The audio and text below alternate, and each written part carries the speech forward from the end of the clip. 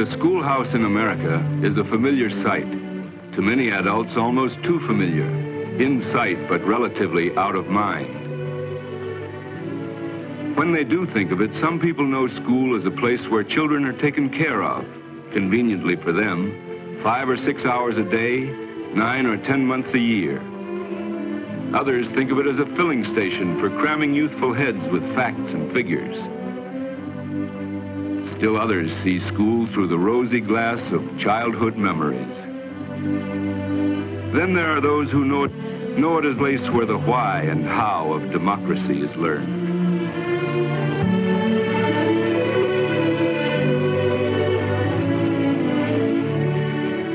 But what is democracy? Can a course be written on it? Is it more than a salute, more than a pledge, greater than patriotism? What is this thing we call democracy? Do the buildings of the national capital give the answer? National structures exist in other nations, but democracy is not architecture. Democracy lives in the lives of our people. People like Senator Jeffrey Ames.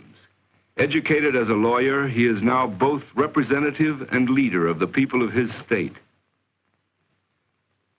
On this particular Wednesday, he studies, weighs, compares, matches pros and cons on a matter of increased aid to a foreign country. There's a man in his outer office with his own views on that subject. The senator's got to make up his own mind and risk his chance of re-election on his decision. Making decisions is a privilege of democracy. But the same day, at the same time, housewife Catherine Colmar also has decisions to make. In her living room in Portsmouth, New Hampshire, with her neighbors, she uses the democratic process. A chain broke on a swing in a public playground. Relatively unimportant, not like foreign aid, but a child might have been hurt. New equipment is needed. Money will have to be found for that.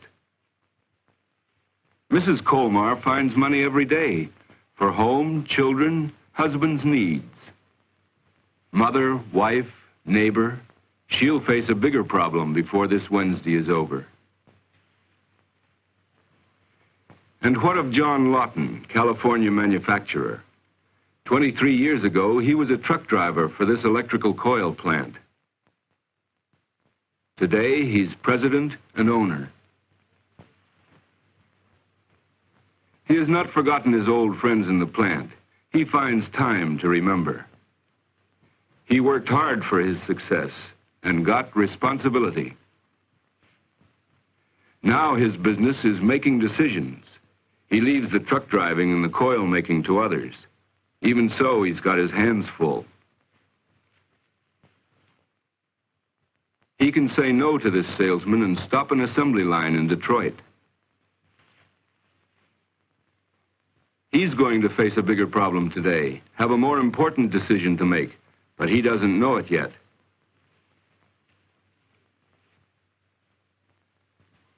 Andrew Maley works in Lawton's plant.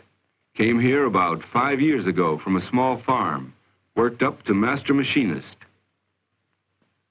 He and Lawton aren't as well acquainted as some of the old-timers, but they're getting to know each other. Maley's respected by his fellow workers.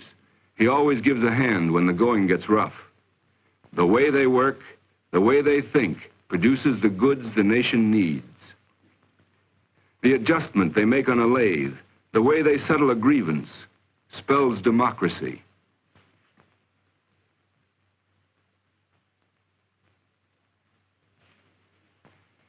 And Andrew Maley is also important to his family. Not just the paycheck he brings home or his love. No, his family affects the way he thinks, the way he makes decisions. And Fred Gorman, the farmer of Pennsylvania, are his decisions important? They are if the nation wants to eat. Mistakes by Fred Gorman and his fellow farmers could undermine the strength of the country. Their productivity, the rightness of their procedures, feed and sustain a whole people. What kind of training gave them the knowledge of the land?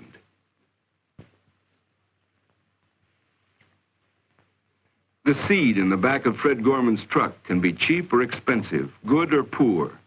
The decision is his. He can improve his herds for the future or make a quick profit now. He was trained to make up his mind about such things. He was trained to take his place as part of a living democracy. And his wife was brought up under the same system. She'll have a chance to apply her training before this day is over. There's a problem waiting for Fred Gorman. It came in the mail this morning. Fred's neighbors plan to build a system of reinforced drainage ditches emptying into a pond. That constitutes a problem for Fred and Mrs. Gorman. The best place for the pond is Fred's orchard. It's the lowest land in the area.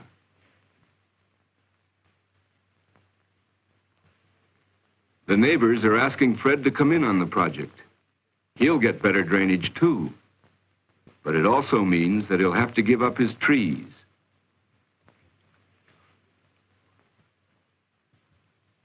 I wonder how Norm Erickson would feel if they were his trees. I bet he'd be glad to settle for the drainage he's got now.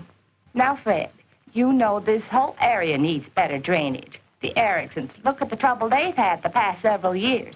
And you remember Tom Bartlett's silo was almost washed away last spring. We haven't had so much trouble. That's no guarantee, Fred. If we don't do something to help, our land is going to get like theirs. And you know it. I don't like the idea of losing those trees. There's the problem in a nutshell. A tough one to crack. His land and his neighbor's needs. A dictator could solve it for Fred, but he prefers to do his own thinking.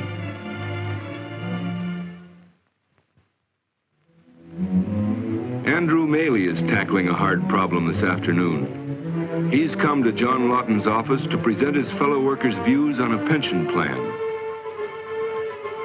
John Lawton has his own opinions on that subject.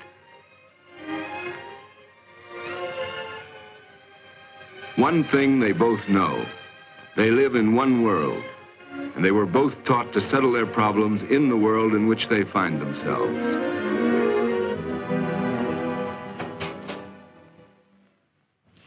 Hello, Bailey. Sit down. Hiya, Mr. Lawton. What's this trouble you want to see me about? I don't know as I'd call it trouble exactly, Mr. Lawton. I'd like to show you the new pension plan that we've developed.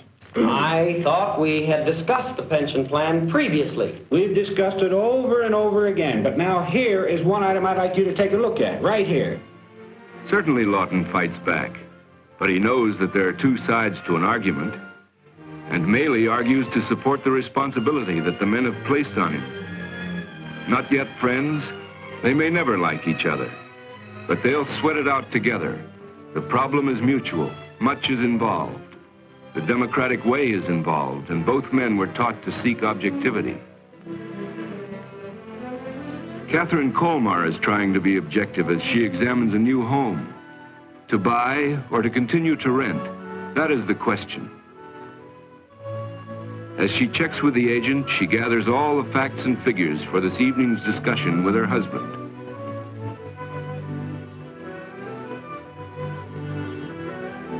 If they do buy, their present furniture will have to fit into the new space. And do you know the dimensions of the living room? This room is a 15 by 10 room. Well, these figures sound pretty good. My, what lovely ivy on the house next door. Who lives there? I think you'll find those neighbors to be very congenial, Mrs. Colmeyer. An awfully nice family. As a matter of fact, he's the assistant chief at the local county court. A very bright fellow. And his wife is charming, too. They have a son, I believe, of the same age as your eldest. Well, how nice. What's their name? As a matter of fact, they have a daughter, too. Oh? What's their name? Goldstein. Martin Goldstein. I wonder, do you mind if I go out and look at the yard again? I'd like to check the space out there. The agent certainly stalled on that question. She knows religion isn't a question, not in any decent society. How will her husband feel? Is this a pertinent fact to add to all the others in her notebook? What does she herself really think? Is this an opportunity to find out? Facing Mrs. Goldstein and her son across that narrow strip of lawn, does she see before her a bridge or a gulf? Neighbors or strangers? It may be that she sees no problem at all. Maybe she's only wondering where the agent went to school. And Senator Ames, what does the Democratic way mean to him? There's that problem waiting for him in his outer office. He has worked hard for understanding. To serve the people of his... He has become something of an expert in foreign economics, forestry, agriculture. Now he faces a constituent who has his own ideas on those subjects. The senator must really hear him and understand him. Well, I heard your speech from the floor of the Senate the other day. Senator, I just can't see it. Why should we American taxpayers have to pay for some broken-down, badly run economy halfway around the world just because its house isn't in order and ours is? It's bad business. And I can't see it, and a lot of other voters at home can't see it either. Let's put it this way, Mr. Baker. How would you feel if you had most of the money of our town? If your neighbors were having a rough time of it, with nothing to sell and no purchasing power? Now, if you sat by and did nothing about them, how would your business be affected? Well, it'd be hard, of course. But that wouldn't be my... It would be hard, and it would be your business. Now, the same thing applies if you put this country in place of yourself in the same situation. It's not only his own opinion the senator advances. There are many in his state who think as he does, others who do not. Which opinion will prevail? Educated himself, he must educate others. He must assume the mantle of leadership, yet know all the time that the opinion of the majority determines a democratic outcome. He must help mold that opinion. Problems, every day, and the way they are solved determines the way the country functions.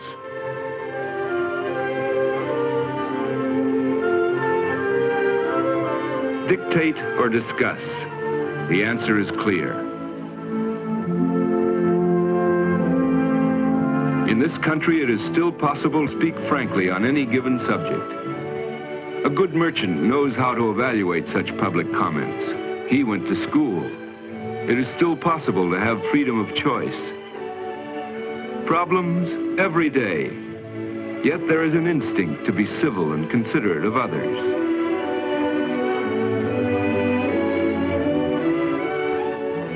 Differences of opinion? Surely. Yet differing goals can be reached without lies or bribery or violence. Developed within each citizen is the democratic spirit, the democratic method, the tools with which answers may be found.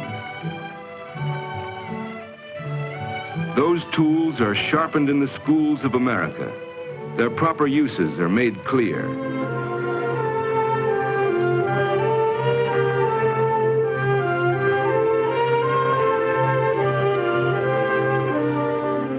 Learning to read is more than just that.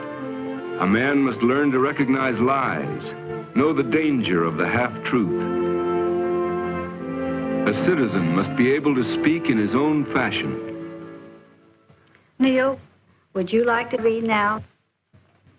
But Peter had a bright lantern which showed him the way, and soon he had come all the way.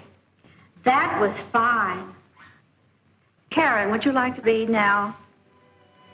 The statesman must know how to make others listen, how to evaluate and transmit what he reads. The foundation of national debate on great issues is built stone by stone in the classroom. History is freedom's weapon, fine minds speaking simple truths through the centuries, and sometimes even more important, the lament of tens of thousands dying in a gas chamber. The course of history and the way in which the course was changed, there is a relation between then and now. Perhaps there's a connection between what the men of the Constitutional Convention achieved here and what all of you did last week when you elected George to represent you on the school council. How about it, George? Did the class give you the power to be their boss, or did they appoint you to speak for them? George isn't our boss. We tell him what to do. We're still the boss, all of us. The housewife taught in this class will know that free citizens must be free from fear. The injustice of the past can kindle the indignation of today. Strange words sound strange until the language is learned, and the ways of the people who speak it must be learned too. Understanding brings respect and liking, a sense of sharing.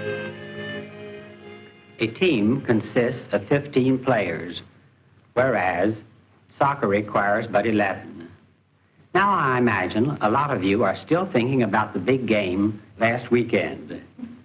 Henry, let's hear you tell us about it in French. Well, samedi dernier, nous, notre école, tous les étudiants notre école nous jouions football. Football. Well, how do you say football in French? You're right, Henry. It's almost exactly the same in France as it is here, although they play the game a bit differently. Some say it's a bit rougher. Well, how did the game come out? Faith in the United Nations starts in school. The tolerance of different ways within one world is taught. One world, within one factory, men may speak different languages, or the same words may mean various things to different men. The finding of a common ground begins in school. The tools for living are further tempered in chemistry lab. Of course, learning how a basic oxide unites with an acid helps future chemists.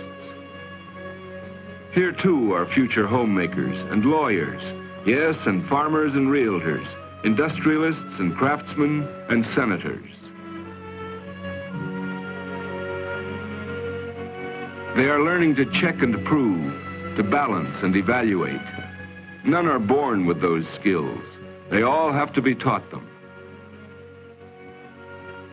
Here a boy may learn how to drain an orchard, or put his arithmetic to work on a neighborhood problem. Fred Gorman was taught the way to find the answer to his problem in school. He will not forget today. Mrs. Colmar was once an American schoolgirl. She will weigh all the factors on the house. John Lawton and Andrew Maley may not come to a meeting of minds, but they know how to effect a working compromise democratically.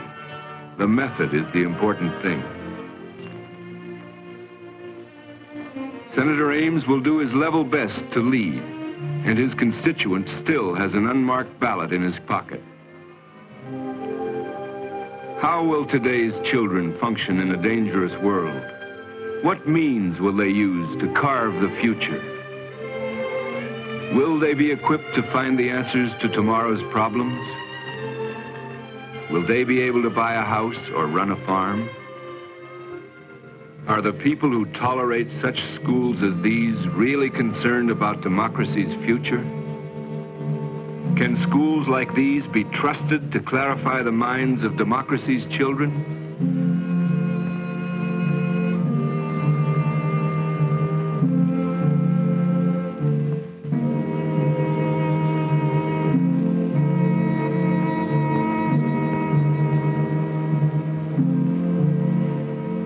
There's a reasonable doubt that youngsters can find clarity in schools like this.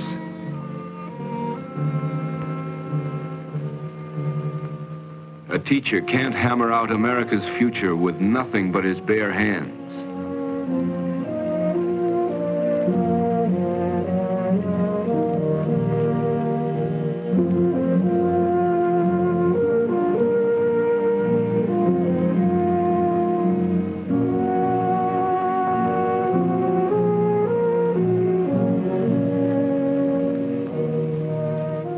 An overworked teacher has too much work to do, that's obvious. And an underpaid teacher may eventually lose her eagerness, her courage, her self-esteem. Or is America too busy to care? Are the needs greater than the most resourceful nation in the world can meet?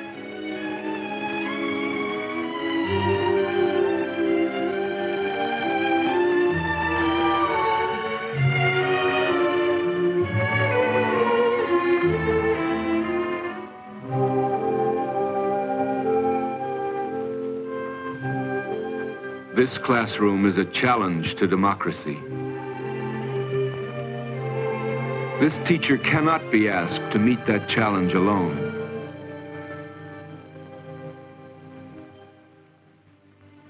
A school like this holds more promise for America's future.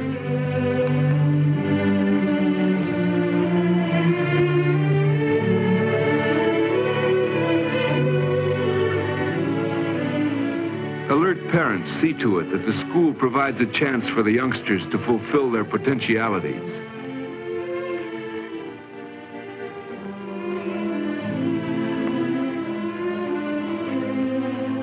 Regimentation is considered primitive in good American schools. The children have an opportunity to stretch the muscles of their own initiative. They can fly and fancy any place they please. The air age acquires personal meaning.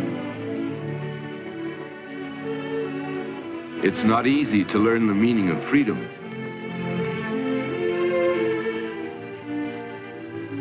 The youngsters are learning responsibility, gaining that all too necessary innate sense of right and wrong. In this nation, that's the right, according to the law, of every child. That right must be extended to more and more children every day. Rights. The right of access to information.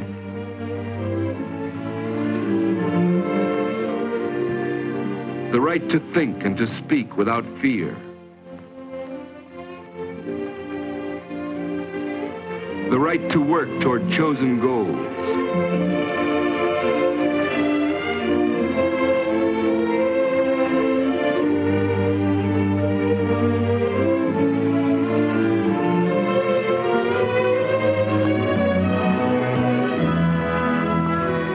Schoolchildren, yes.